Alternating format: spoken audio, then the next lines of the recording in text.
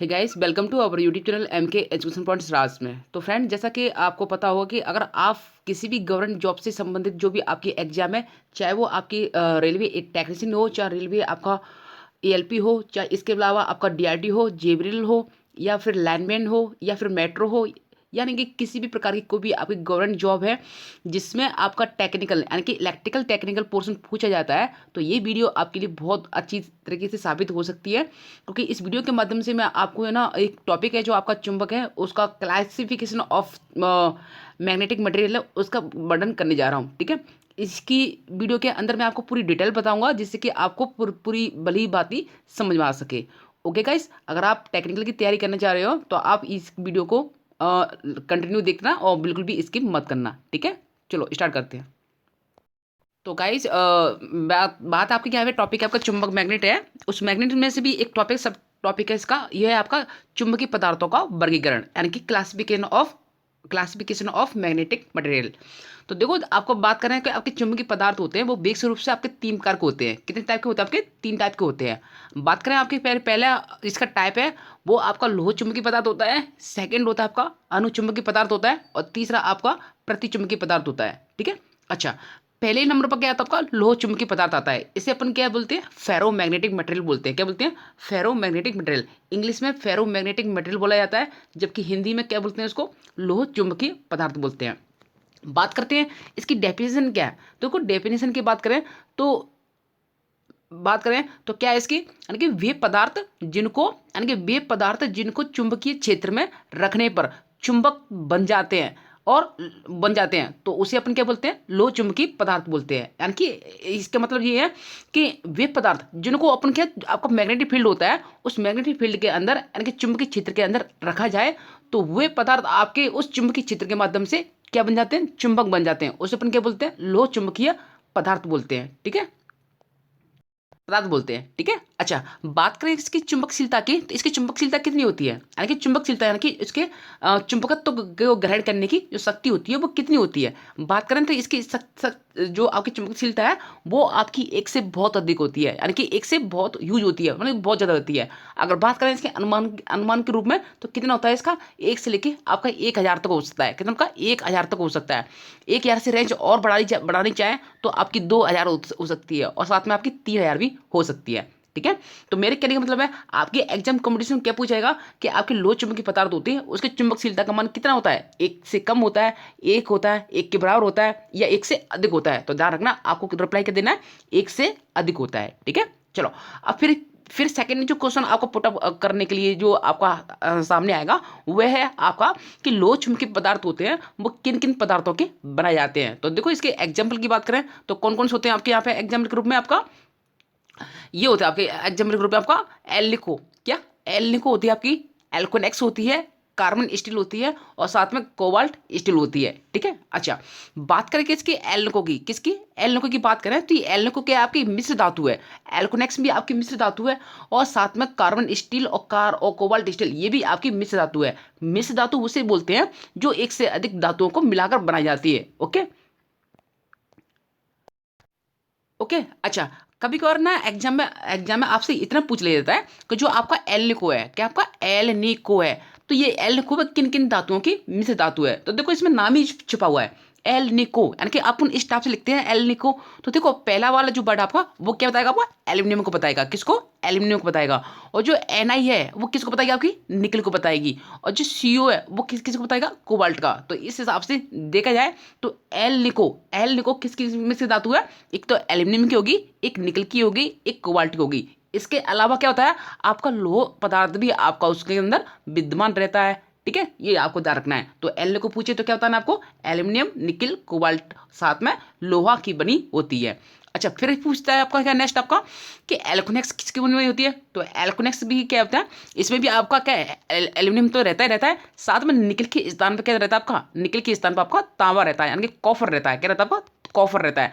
Plus में आपका क्या है? कोबाल्ट रहेगा साथ में, और आपका साथ में फेरियम यानी कि लोहा रहेगा। ठीक है, तो एल्यूमिनियम, तांबा, कोबाल्ट और लोहा, इन चार पदार्थों की आपकी एल्कोनेक्स मिश्र धातु बनती है। ठीक है, और आपका क्या है? Carbon steel. तो नाम ही क्या है, कार्बन स्टील। तो कार्बन होगा इसमें, साथ में आपका स्टील यानी कि लोहा आपकी मिश्र धातु होगी, लोहा अब होगा, इनसे मिलकर आपका कार्बन स्टील बना रहता है। कार्बन स्टील को अपन क्या बोल देते हैं देसी भाषा में, फौलाद बोलते हैं। क्या फौलाद, यानी कि फौलाद, फौलाद क्या होता है, बहुत मजबूत होता है, बहुत स्ट्रेंथ वाला होता है, ठीक है। तो इसे फौलाद भी बोला जाता है। इसके अलावा क्या है, कोबाल्ट स्टील है। तो कोबाल्ट स्टील क्या है, कोबाल्ट स्टील क्या आपका कोबाल्ट की साथ में स्टील की, यानी कि स्टील की यानी कि लोहे की बनी होगी, इसी भी ये आपकी क्या मिश्र धातु है, ठीक है। तो इस टाइप से क्या है लो चुंबकीय पदार्थ आपको समझ में आ गया, ठीक है। चलो नेक्स्ट चलते हैं। अच्छा नेक्स्ट अपना क्या है आपका 2 नंबर आपका देखें यहाँ पे, तो वो है आपका का अनुचुंबकीय पदार्थ, यानी कि 2 नंबर डाल देना इसको यहाँ पे, थोड़ा सा वो हो गया 2 नंबर आपका अनुचुंबकीय पदार्थ।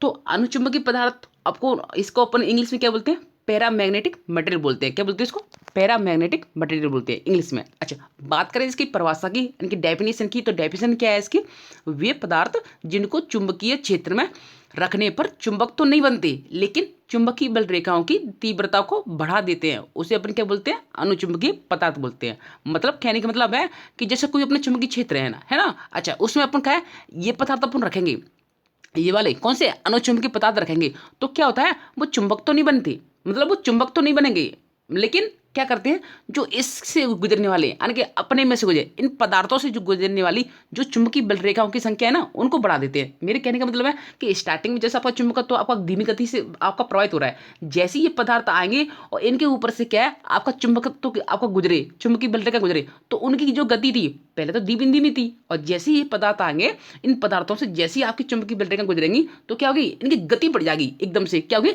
गति बढ़ जाएगी। कहाँ वो आपका 60 की स्पीड से चल रही थी पहले, और जैसे ये आएंगे तो कैसे बन जाएंगे 100 की स्पीड से गुजरेंगे। तो मेरे कहने का मतलब है चुंबकीय बल रेखाओं की संख्या को ये बढ़ा देते हैं, ठीक है। ऐसे कि जैसे रोड स्टार्टिंग में जैसे उबड़ खाबड़ रोड था उस कंडीशन में इनकी गति कैसी थी, धीमी धीमी गति थी, और जैसे ये पदार्थ आएंगे तो ये पदार्थ किसकी तरह काम करेंगे, जीटी रोड की तरह काम करेंगे। और जीटी रोड पर कैसे आपका जो भी आपको वाहन है कैसे जाएगा, तेज तेज रफ्तार से जाएगा, तो सेम टू सेम वैसे ही आपका ये काम करती है, ठीक है। यानी कि खुद तो चुंबक नहीं बनती लेकिन इनसे गुजरने वाली जो चुंबकीय बल रेखा होती हैं उनको ये आपको बढ़ा देते हैं, जिससे क्या आपका चुंबकत्व बनने के लिए ये चुंबकीय बल रेखाओं को गुजरने के लिए अधिक से अधिक यहाँ पे आपका प्रोडक्शन हो सके, ठीक है। अच्छा तो वे आपका क्या कहलाता है, अनुचुंबकीय पदार्थ कहलाते हैं, ठीक है। अगर मैं बात करूँ इसकी चुंबकशीलता की, तो इनकी चुंबकशीलता का मान कितना होता है, 1 से अधिक होता है, यानी कि 1 से कुछ अधिक होता है, इतना नहीं होता जितना कि लो चुंबकीय पदार्थों को होता है, लेकिन उनसे कम होता है, ठीक है, यानी कि 1 से कुछ अधिक होता है। बात करें इसकी उदाहरण की, तो उदाहरण कौन से हैं, तो ध्यान रखना इसका उदाहरण आपके ऑक्सीजन है, एल्यूमिनियम है, चांदी है, तांबा है, प्लेटिनम है, क्रोमियम है, साथ में सोडियम है और वायु है। ध्यान रखना सबसे मोस्ट क्वेश्चन आपका वायु, यानी कि जो वायु होती है अपनी एयर होती है वो आपका अनुचुंबकीय पदार्थ के अंदर रखी गई है, ठीक है। एग्जाम में आपको मोस्टली आपका यही क्वेश्चन पूछा गया है कि वायु कैसी है, अनुचुंबकीय पदार्थ है या प्रतिचुंबकीय पदार्थ है या लो चुंबकीय पदार्थ है। तो ध्यान रखना ये कैसी आपकी अनुचुंबकीय पदार्थ है। तो ये इसके क्या है एग्जाम्पल है, ठीक है, याद कर लेना इसकी डेफिनेशन, ओके, और इसके साथ में क्या एग्जाम्पल है। चलो आगे चलते हैं। थर्ड है आपका यहाँ पे, आपका यहाँ थोड़ा सा थर्ड है आपका, थर्ड टाइप है आपका प्रतिचुंबकीय पदार्थ। क्या है इसको, इसे बोलते हैं प्रतिचुंबकीय पदार्थ बोलते हैं। अच्छा प्रतिचुंबकीय पदार्थ की इंग्लिश क्या है, डाया मैग्नेटिक मटेरियल है। क्या आपका डाया मैग्नेटिक मटेरियल। अच्छा बात करें इसकी डेफिनेशन की, तो डेफिनेशन क्या है इसकी, यानी कि वे पदार्थ जिनको चुंबकीय क्षेत्र में रखने पर चुंबक तो नहीं बनते लेकिन चुंबकीय बल रेखाओं की तीव्रता घटा देते हैं, उन्हें अपन क्या बोलते हैं, प्रतिचुंबकीय पदार्थ बोलते हैं। यानी कि ये क्या करते हैं, जैसे कोई अपना चुंबकीय क्षेत्र होता है उस चुंबकीय क्षेत्र में इसको जब अपन रख देंगे तो क्या होगा, ये चुंबक तो नहीं बनेंगे लेकिन क्या होता है कि इनसे गुजरने वाली यानी कि इनके ऊपर से गुजरने वाली जो चुंबकीय बल रेखा होती हैं उनकी जो गति होती है यानी कि तीव्रता होती है उसको घटा देते हैं। मतलब कि पहले तो अपनी वो अपनी जो स्पीड से चल रही थी आपकी चुंबकीय तीव्रता की, यानी कि चुंबकीय बल रेखाओं की तीव्रता जिस स्पीड से चल रही थी उस स्पीड से भी वो क्या कर देती डाउन कर देती हैं, यानी कि उनको भी और क्या कर देंगे डाउन कर देंगे, और डाउन करेंगे तो क्या उनकी जो प्रॉपर्टी लॉस होगी, और लॉस होगी तो वो किसी काम की नहीं रहेगी। तो ठीक है, तो इस टाइप से क्या है, यानी कि ये पदार्थ क्या है खुद तो चुंबक नहीं बनते लेकिन चुंबकीय बल रेखाओं की संख्या को यानी कि चुंबकीय बल रेखाओं की जो तीव्रता होती है उसको घटा देते हैं, उसे अपन क्या बोलते हैं, प्रतिचुंबकीय पदार्थ बोलते हैं। अगर इसकी बात करें इसकी एग्जाम्पल की या फिर इसकी चुंबकशीलता की, तो जो चुंबकशीलता होती है वो आपकी कितनी होती है, 1 से बहुत कम होती है, यानी कि 1 से कम होती है, ओके, यानी 1 से भी कम होती है। फिर पूछे इसकी एग्जाम्पल की, तो एग्जाम्पल क्या है इसकी, एग्जाम्पल आपके नमक है, जल है, बिस्मत है, एंटीमनी है, ठीक है, ये चीज ध्यान रखना, ओके, ये इसके क्या एग्जाम्पल है। तो आगे समझ में, यानी कि प्रतिचुंबकीय पदार्थ क्या होते हैं, वो आपके क्या है वो आपके क्या है, किसी भी लोह पदार्थ को अपनी ओर आकर्षित नहीं करते और साथ साथ में चुंबकीय बल रेखाओं की संख्या को घटा देते हैं। ठीक है, तो ध्यान रखना, एक एक चीज ध्यान रखना, आपकी जो चुंबक बनती है वो केवल आपके लोह पदार्थों से ही बनती है। लोह पदार्थ के अलावा कोई और मटेरियल है वो आपका चुंबक नहीं बनेगा। ओके, तो ध्यान रखना, केवल इस इन तीनों पदार्थों में से देखा जाए तो लोह चुंबकीय पदार्थ से आपकी चुंबक बन रही थी, लेकिन आपकी जो प्रतिचुंबकीय पदार्थ है या फिर अनुचुंबकीय पदार्थ है वो चुंबक नहीं बनाते हैं। वो तो केवल किसके लिए काम आते हैं, एक तो क्या करता है, एक तो आपकी चुंबकीय बल रेखाओं की संख्या को या चुंबकीय बल रेखाओं की तीव्रता को बढ़ाता है, जबकि दूसरा क्या करता है, दूसरा आपकी चुंबकीय बल रेखाओं की तीव्रता को घटा देता है। तो बढ़ाने का काम कौन करता है, वो करता है आपका अनुचुंबकीय, और घटाने का काम कौन करता है, प्रतिचुंबकीय।